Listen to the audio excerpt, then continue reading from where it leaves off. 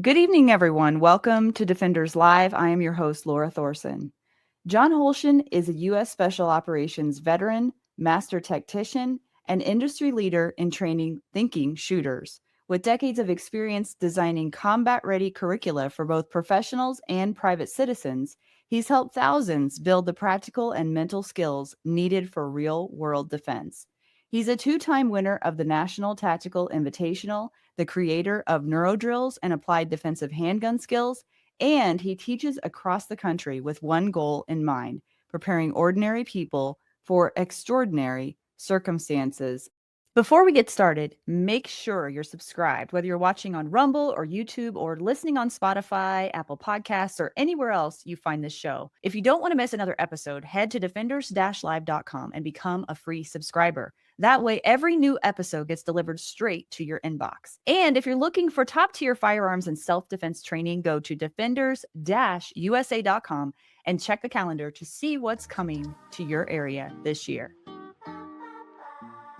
Let's welcome John Holschen back on the show. Thank Hey, you. John. Hey, thank you, Laura. It's great to be back on the show. Thank you very much for inviting me. Well, we couldn't cover everything we wanted to cover in the last episode. This topic is really important, I think, to both of us. Mhm. And so we're going to talk about extreme events today. So could we lead off with what your definition of an extreme event could be? Sure. You know, it's one of those things we can go so many places with, but where I chose to focus on this is contrasting with day-to-day concealed carry, where the most likely event that we would need to prepare for would be a criminal victimization directed at us. And that's a very relevant starting point. It's definitely the first thing that I suggest people, think about, talk about, prepare for. But then I'd like to go beyond that a little bit. And active shooter is the next thing that occurs to many people, preparation for an active shooter type event. And nowadays, it's just a recurrent theme is the potential for terrorist action. And that terrorist action could be a coordinated, complex event involving firearms and potentially explosives. It could be a purely explosive event like a bombing, could even potentially be an event involving a biological or chemical hazard. So, some of those are just such really big topics and topics that most people know so little about that they're kind of overwhelming. Yeah. And so I set out to provide a framework to get, to allow people to think about this a little more and think about what they can do in terms of individual preparation. Well, that's a good starting point to define what we are actually talking about. And so what are the starting points in which a person would consider, because maybe it's different for different people, or maybe certain people have particular events in mind or are most concerned about a particular kind of event? Where do we begin? Yeah. Well, I have a 5-step process that I use in preparing for a lot of things. Step number 1 is to analyze the potential problems and their solutions. So in order to do that, problems and situations really is step number 1. What are the problems? What are the situations that I could find myself in? Mhm. And, while doing that, we need to gain a realistic understanding. Sometimes our understanding of those problems and situations is colored by the media, it's colored by TV and the movies. But what can we do to gain a better understanding of what these really look like? So part of that is, of course, we could look at news outlets, YouTube, social media, trade communications, in the law enforcement world, that sort of thing.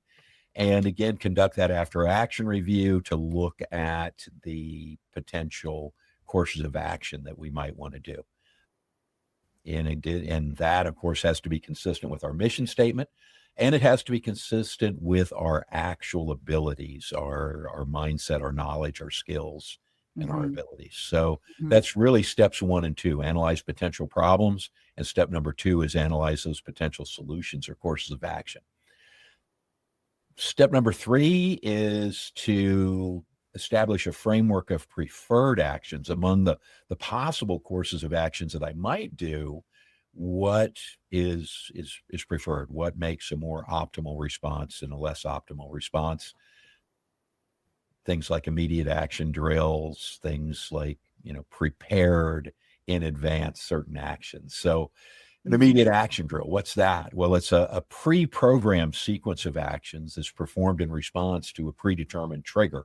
So, for example, when we get around to talking about active shooter, we might look at the shooting in Las Vegas, where the individual the in the hotel took the music festival under fire. And an example of immediate action there is, if you are somewhere where you hear gunshots and people around you are reacting as if they're struck by gunfire, what should you do? And so, to just kind of jump ahead or give an example of that, my immediate action in that kind of setting is to think about cover and concealment. I don't know where the shooter is. It's going to take me time to figure out where the shooter is. Is the shooter close? Is the shooter far? I don't necessarily know. I hear, particularly, in that environment, the music, of course, is very loud. So is the gunfire close by? You're just not hearing it over the music, at least to start with. But my immediate action is to look around, look for what could be cover and concealment, look for the people who are reacting to being shot, who are falling down, basically, and think about, cover and concealment is best thought about like a shadow. It is, you don't need to move up against the thing casting the shadow necessarily. You need to get into the shadow, into the bullet shadow is what cover really is, or concealment into the observational shadow. So my immediate action is to look for a direction of movement that buys me time. So that's an example of an immediate action drill, response to gunfire from an unknown direction. People around you were evidently getting hit. And the point of immediate action drill is it's something you've thought about in advance, so you hopefully avoid the most of, if not all of, the freeze response, the denial response that leads to that 2 to 4 seconds. I think we talked about that last time. Of no useful action. So really where we were there was in step number 3, establishing a preferred actions, and immediate action drills are part of that.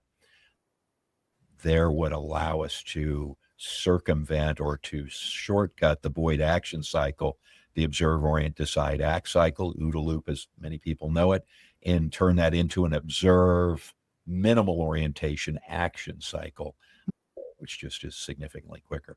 Which can be done by just thinking that through, John? Yeah. Wow. That's powerful. It is. It is. It's what one of the things that gives the edge to professionals in this type of thing. And it's, there's so many analogies to sport. It would be very similar if you were a basketball player, a football player, or a soccer player. You glance up, you see a certain play developing, and because you've already thought through what your responses are, not only your potential responses and your optimal responses, which you'd like to do, which you can't always do. So you would have a much shorter spin cycle of that observation to action cycle than would a person that had never played that sport at a level where they got coaching and training and thought through this stuff in advance. So it's not magic. It's just an application. So simple. I mean, anybody can do this. It's not that doesn't take any special skill to do that. So that's good. Sorry to interrupt you. Go ahead. Don't worry. Step number 4, the 5, is to develop those required skills. So I need to identify the competencies to be successful. And then I need to look at the acquisition of those competencies. So physical, mental, perceptional, mindset, all of those are in there. And we need to look at both training Well, really, we need to look at training, practice, and testing of those skills.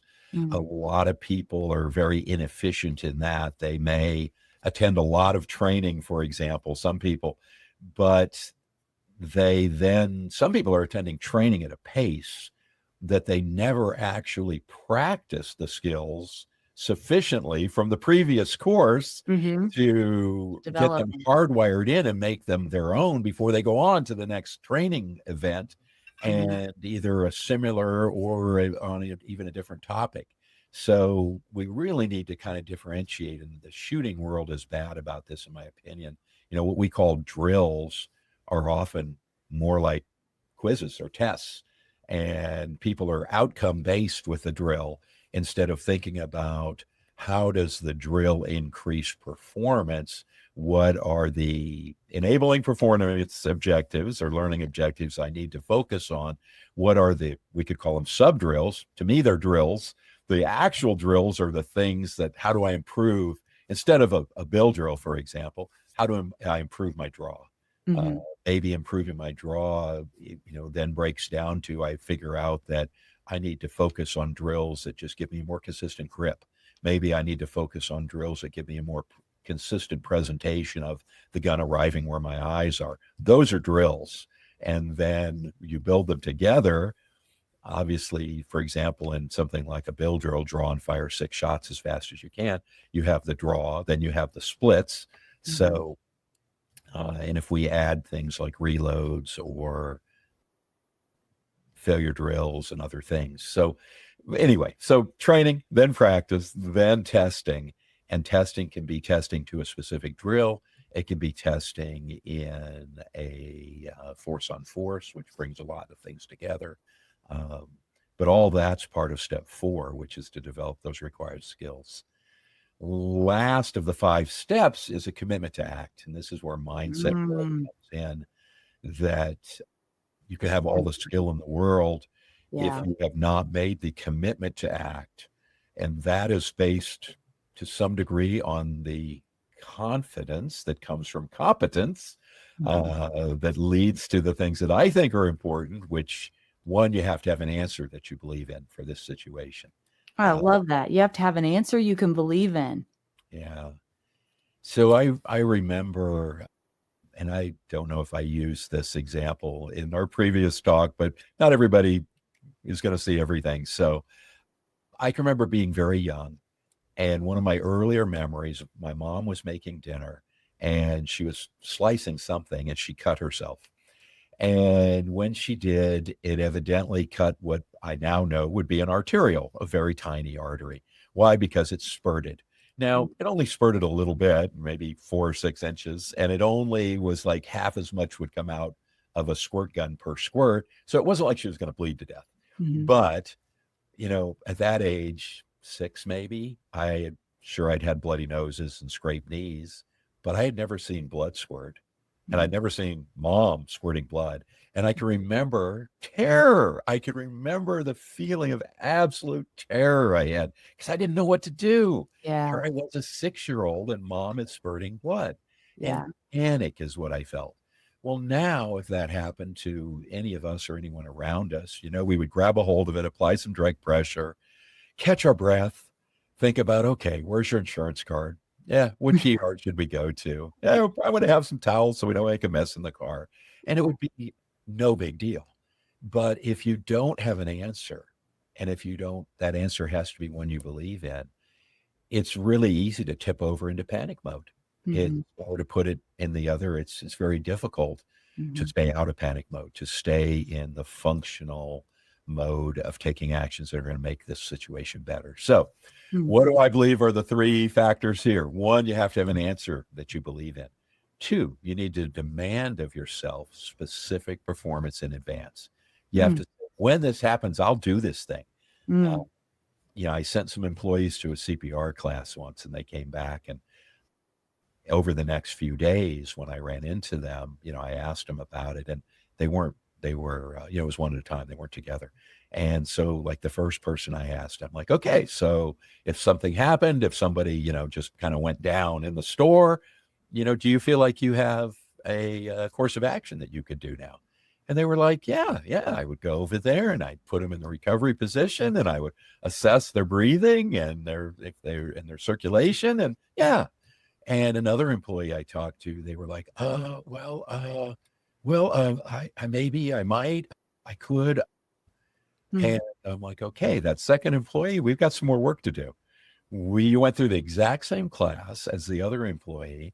You've been exposed to the same stuff, but you yet do not have the confidence that comes from the competence to feel like you could apply what you have a certificate that says you learned the same thing the other person has, the same certificate, but that one of the employees was not in the same place as the other one was in terms of actually how much value they would add if a situation happened. So you have to figure out why. Is it they don't believe in the answer? They don't trust their performance? We got to get them to where both of those things are true. And then they get to the point where they individually can demand of themselves in advance specific performance that says, if this happens, I'll do this.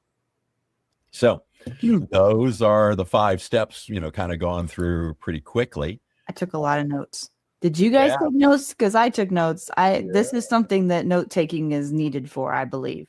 Right. Yeah, that was a lot. That was a download of information. And that was a down and dirty. So leaving that, because we could talk about that stuff for hours, but we want to get into, that's just part of preparing. The next piece where I'd like to focus today is getting people think about what types of events. Active shooter is the first one. And on active shooter, here's kind of my approach to active shooter. How is it going to appear to you is the first thing you have to understand. And I break that down into a couple categories. As you've noticed, I take this very structured approach. Very organized. Yeah. So it's what works for me. Where did you learn that, John? Yeah. I can't imagine where you learned that. To prep in an organized fashion. So active shooter, he's right there. I can see him. Right there's a guy shooting people. Okay. That's fairly easy, or at least it's fairly simple. It may or may not be easy, but it's fairly simple to understand and to think about in advance. What do I believe I should do in that circumstance? I observe someone shooting people. No, the answer doesn't have to be the same for the two of us or for anyone listening, but every person should have an answer. If you are somewhere in public and right now you see someone shooting people, what are you going to do? The next, maybe more likely possibility when I look at interviews with active shooters, when I look at interviews with people who have survived active shooter events, is what seems more common is I hear it. I don't see it. I don't know where it is, but it's right here somewhere. It's close to me. I hear gunfire close to me. That, I think, is the second situation we should think about for an active shooter, is you don't see it, but you hear it, and you hear it in your immediate proximity. What courses of action should you want to do there? My courses of action there involve, if I don't have a need to move to link up with a loved one, for example, let's say they're either with me or by myself, I want to move to where the area that I'm exposed to, that I'm under observation from, is minimized. So now if I can't get away from it, there's not an exit immediately adjacent to me. If there's an exit immediately adjacent, go out the exit, right? If there's a fire exit right there and the active shooter's inside and you or the people you love are with you, go out the fire exit, the closest one, and get out of the environment. But if you can't, now what? You're in the middle of, a big Sears store or something, let's say, in the mall. So I want to move into a location where I can see whoever can see me. So kind of the back into a corner type of thing, although that's an oversimplification, but that's kind of the idea, right? The next possibility is I don't see it. I don't hear it. I only know about it because of other people reacting.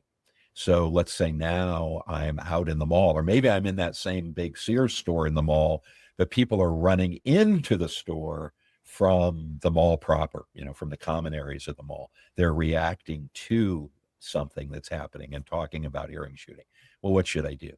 Most of the time there, I should move in the direction everybody else is moving, right? I should move away from the area where I think this is coming from. Where if the shooting is immediately proximal to me, the previous one, movement may put us in greater danger. It may expose us. We don't know if around the next corner of the clothing display is where the shooter is. We don't know how rapidly the shooter's moving.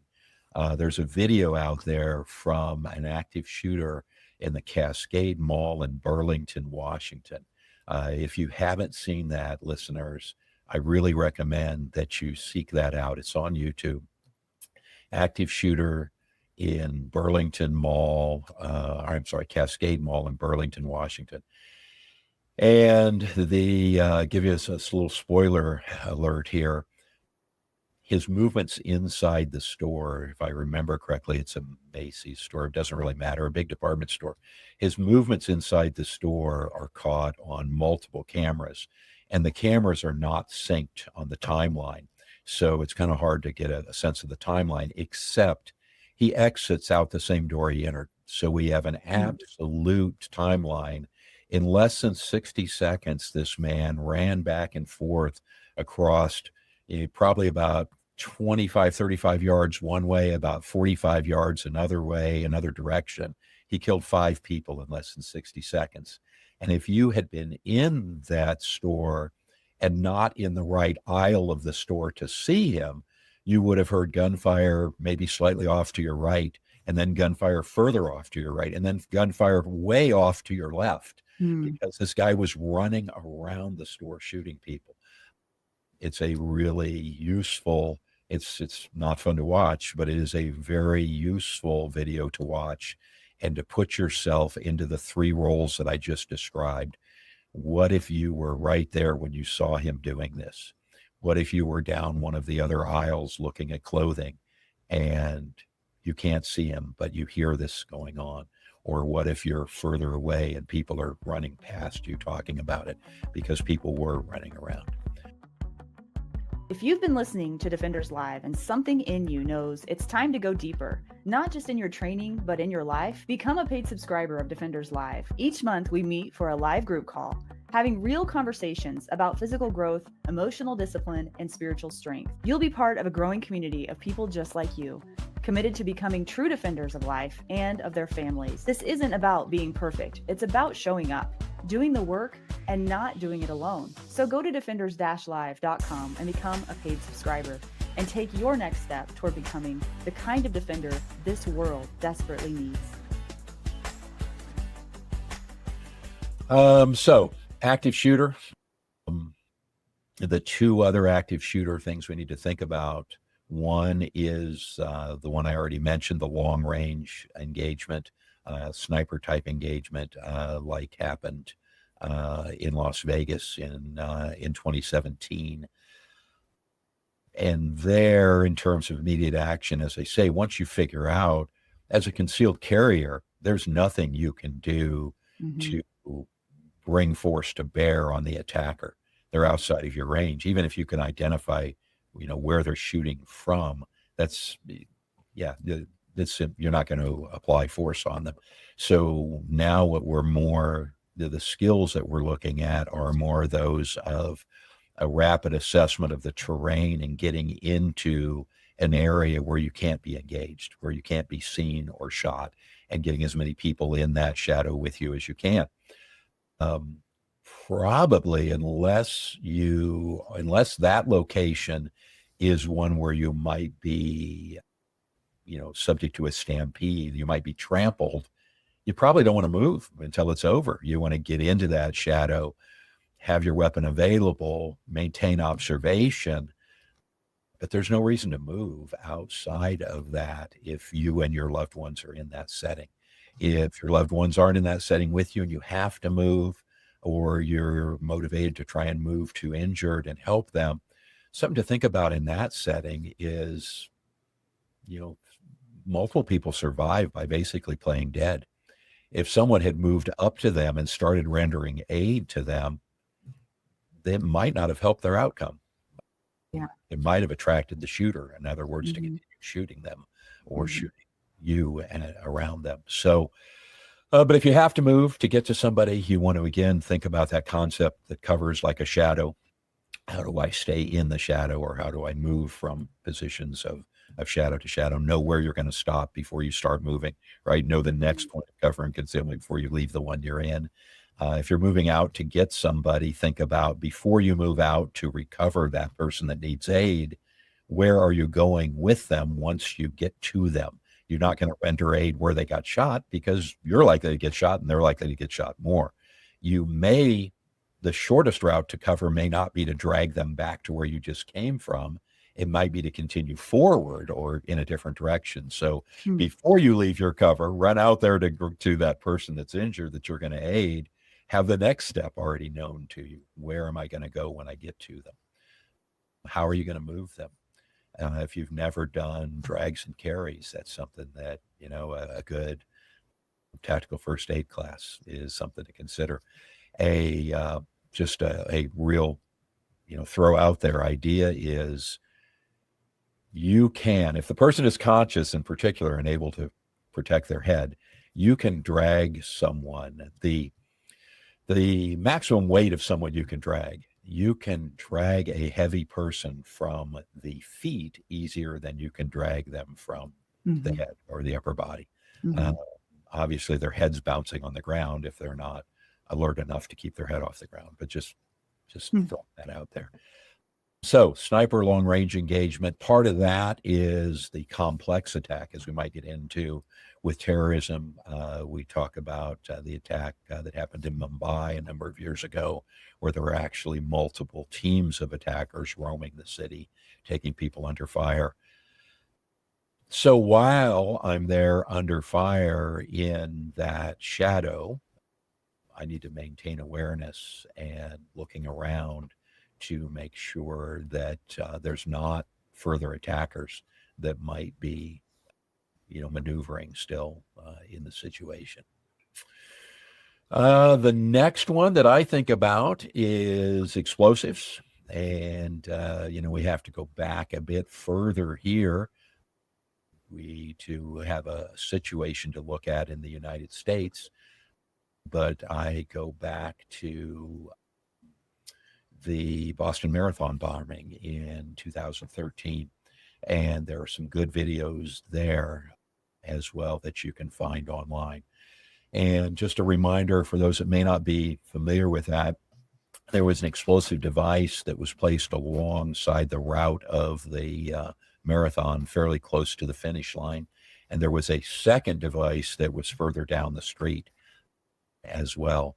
So this this device went off, and frankly, there were 3 dead and over 200 wounded. I don't remember the exact numbers, but I remember there were 3 dead and over 200, 250 wounded. So the issue, of course, as I mentioned, there's a second device. You don't know if it's part of a complex attack.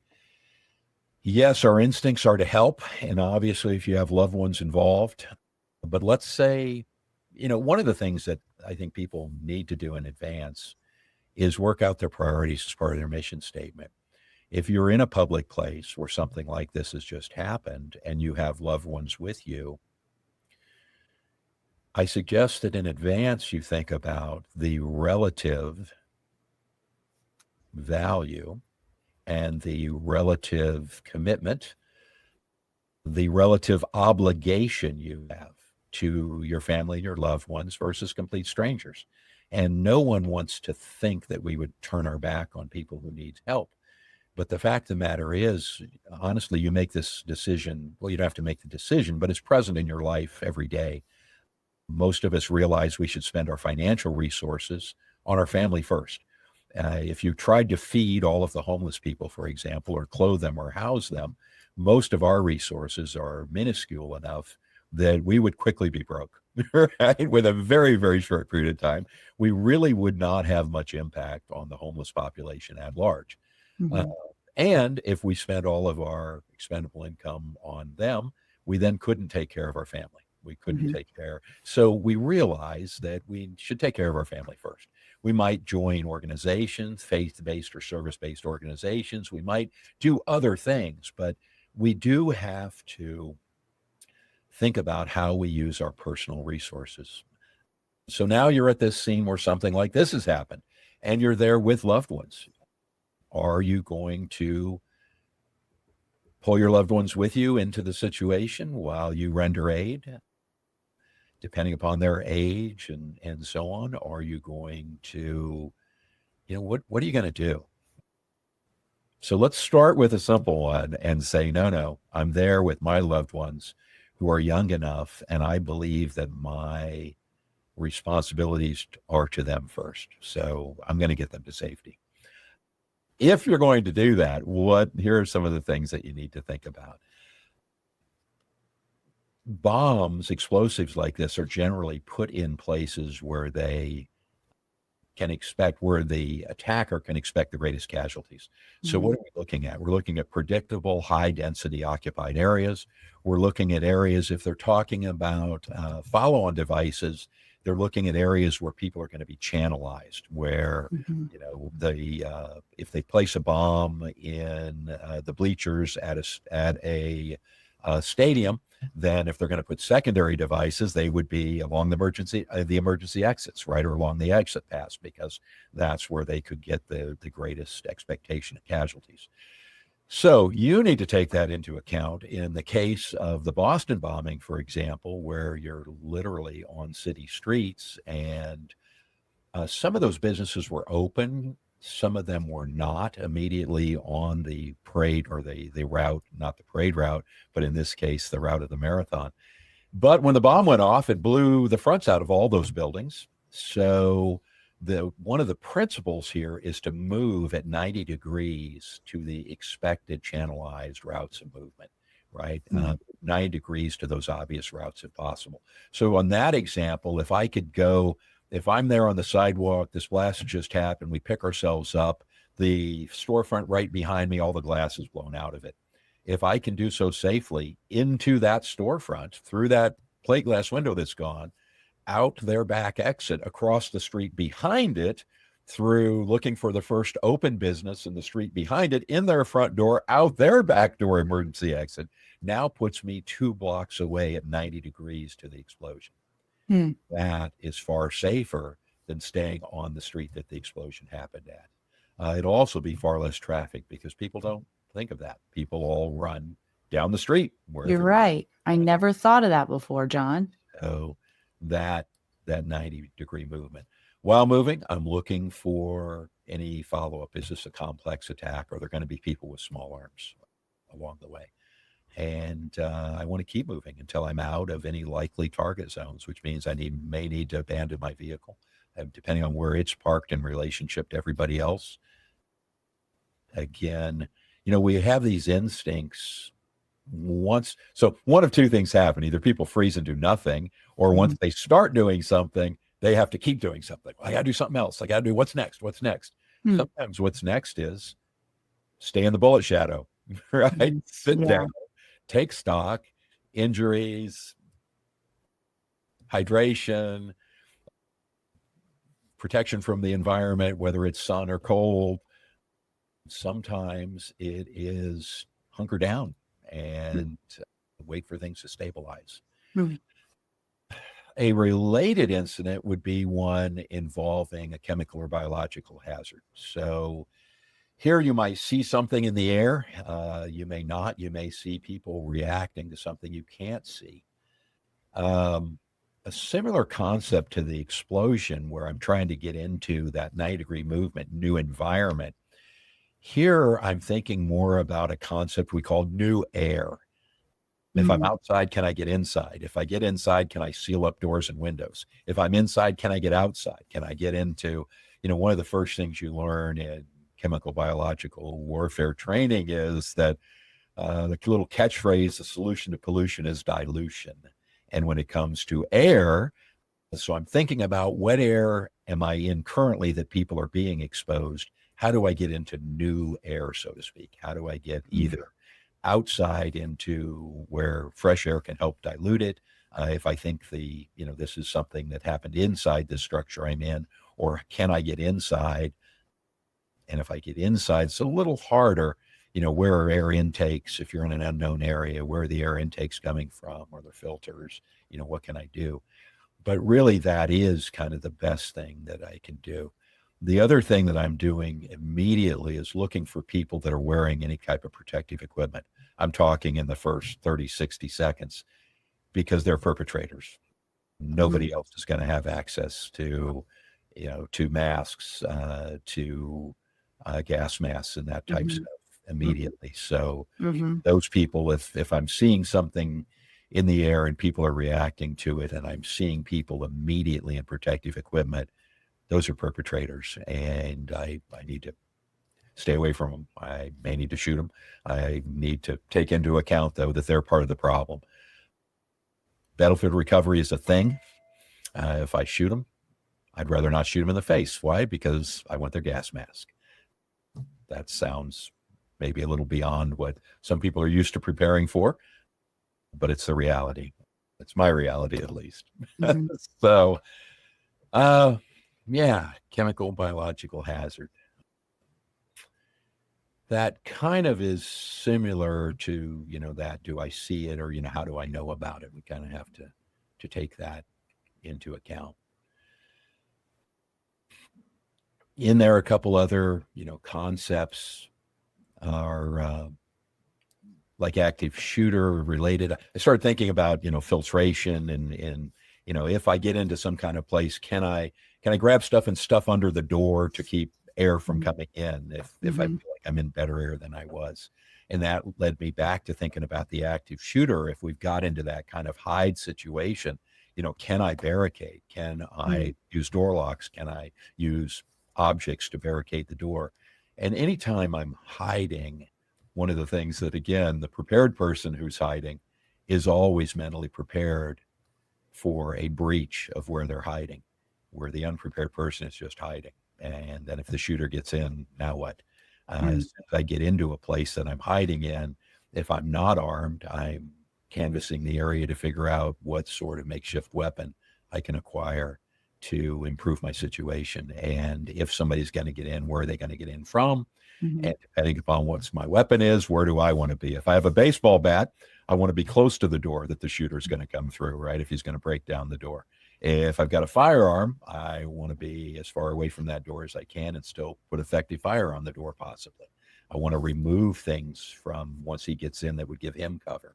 So thinking about your equipment kind of dictates your tactics as well. Yeah, we've hit a bunch of stuff, and so valuable. Yeah, I think it's fair to mention to folks we had a little bit of a compressed time frame today, but we decided to do this anyway because we think it's important. We think it's valuable. So I have a sneaking suspicion this is just touching the surface of the stuff you know. Yeah, absolutely. That would be true.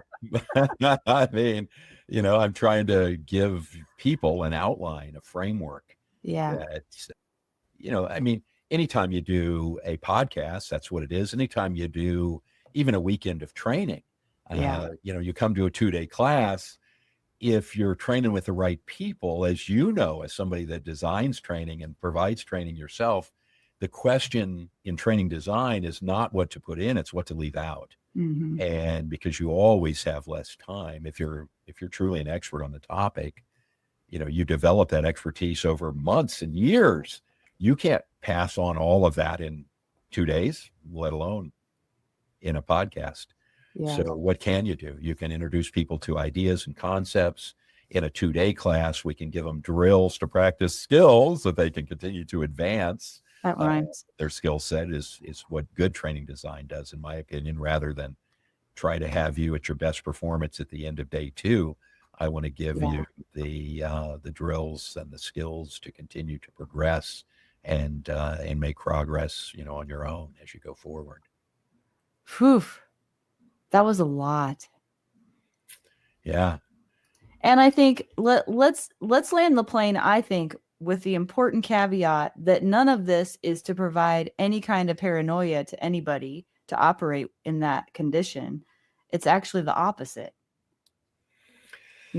So to me, preparation is what allows me to be relaxed and enjoy situations and enjoy being out with my family.